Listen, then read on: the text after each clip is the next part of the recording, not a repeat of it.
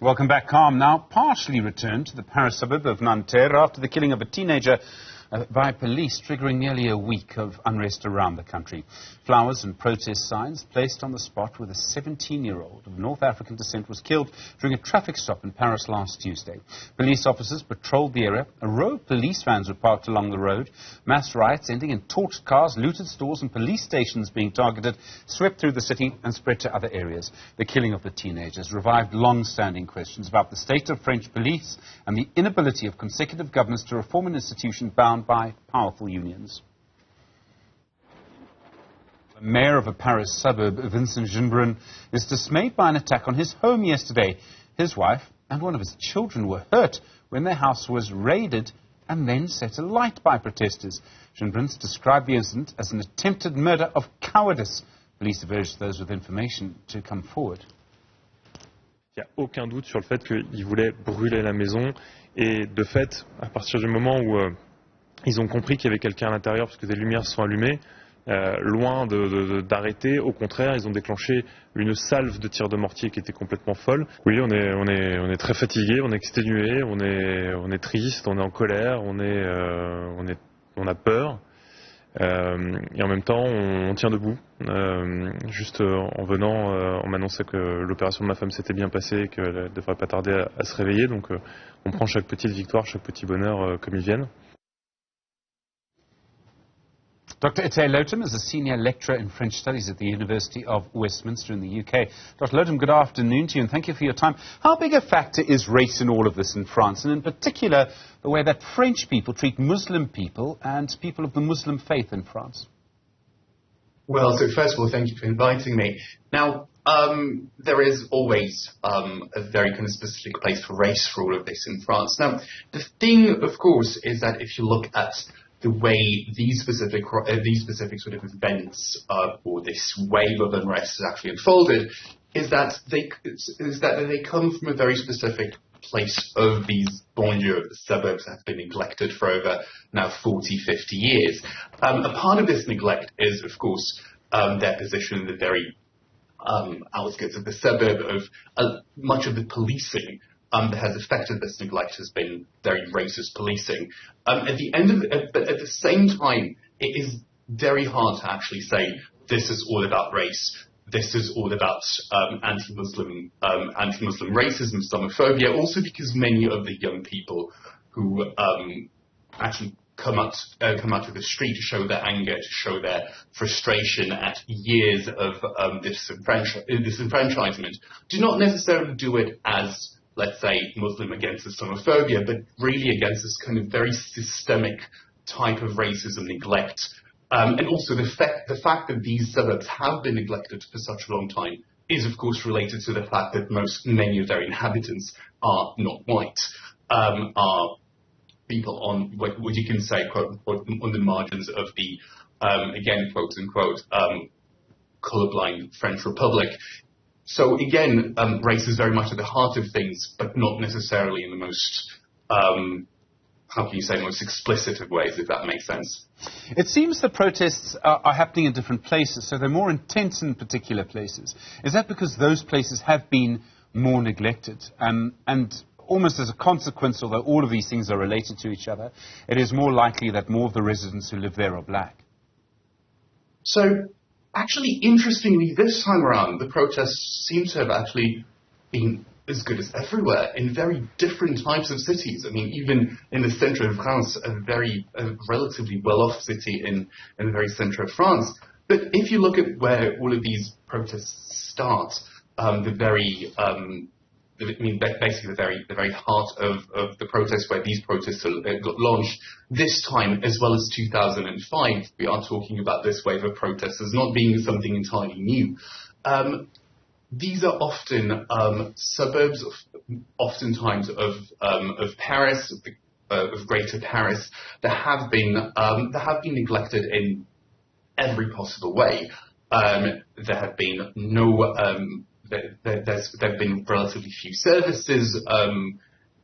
Education has of course been neglected. Transport, and one of the things you saw with these suburbs is that even if in the 1960s you had many white French people who lived there. With time, most of these people have left, and many of the inhabitants of these suburbs over the last 20, 30, 40 years have been of very mixed, but often post-colonial origins. So we are talking about these places as extremely mixed, but also at the same time often not white. The French economy, like other economies, has been through a difficult time. There's sort of rising inequality, and youth unemployment. Is that a part of this as well? The economic tensions that we're seeing across much of the world playing themselves out, playing a role in this too?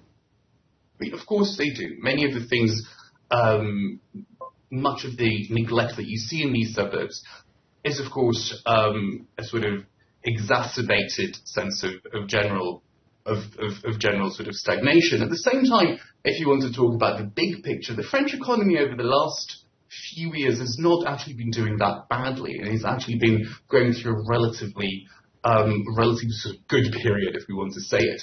But one of the things, but much of what has actually exacerbated the tensions lately is a lot more the focus on the police, and especially racist policing. And also, one of the interesting things about this wave, especially if you compare it to the wave of 2005, is that many of these existing tensions and many of these underlying tensions, of course, racism, discrimination, neglect, they have been around for quite a long time. 2005, you have the first sort of wave of very, very large protests. And today, most of the people who came out to the street weren't even born in 2005. Yet they're aware of the lack of change. They're aware also of the worsening, especially sort of relationships with the police.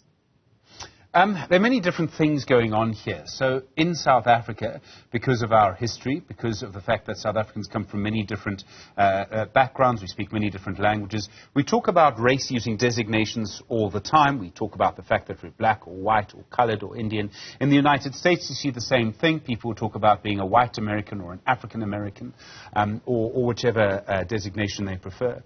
France, as I understand it, has a very different tradition, where they don't necessarily talk about race in the same way that some of the countries that were colonized by the UK do. How is it different in France?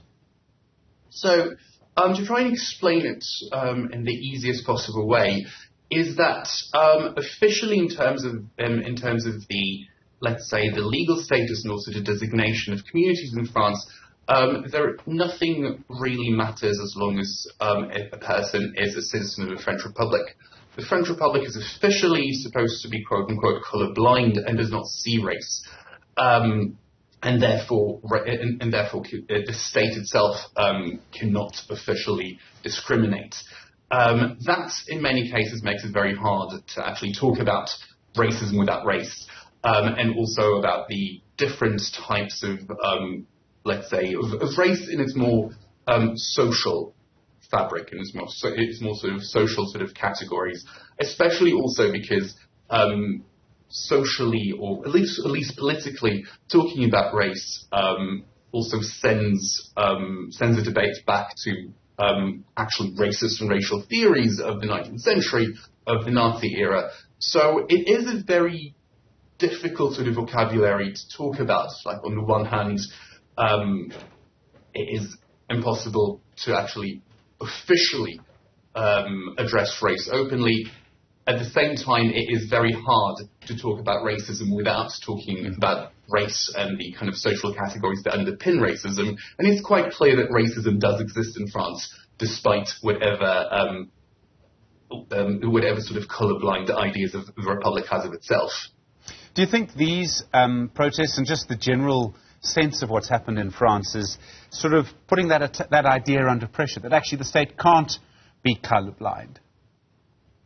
So this has been going on for quite a while, and these questions are all very, I wouldn't say old, but they have been repeating themselves. I think one of the interesting things right now is actually just how much these same debates have actually been repeating themselves. I think in 2005, so again, I always go back to this 2005 moment because it's very hard not to. The protests at the time did kind of create a shockwave they've also changed anti-racism in France, wanting to address race a bit more openly. And this has actually happened in many ways in France over the last 2 decades, even though officially the French system and the state have refused to acknowledge that race is an actual component of everyday life. Many anti-racist activists have been doing so. What I'm not entirely sure of is that these protests that are more of a sign of frustration, anger, without many very clear sort of political demands, will create this new debate or will facilitate it. I think a lot more, because these debates have more or less been repeating themselves over the last 20 years, these protests might a lot more just cement people's actual or usual ideas and positions. But I think the one thing that this wave of protests can actually contribute to is the debate, especially about the role of the police racism, the radicalization of police towards the far right. A lot of the debate has actually focused a lot more on that. Dr. Itay Lotem, thank you, a senior lecturer in French studies at the University of Westminster.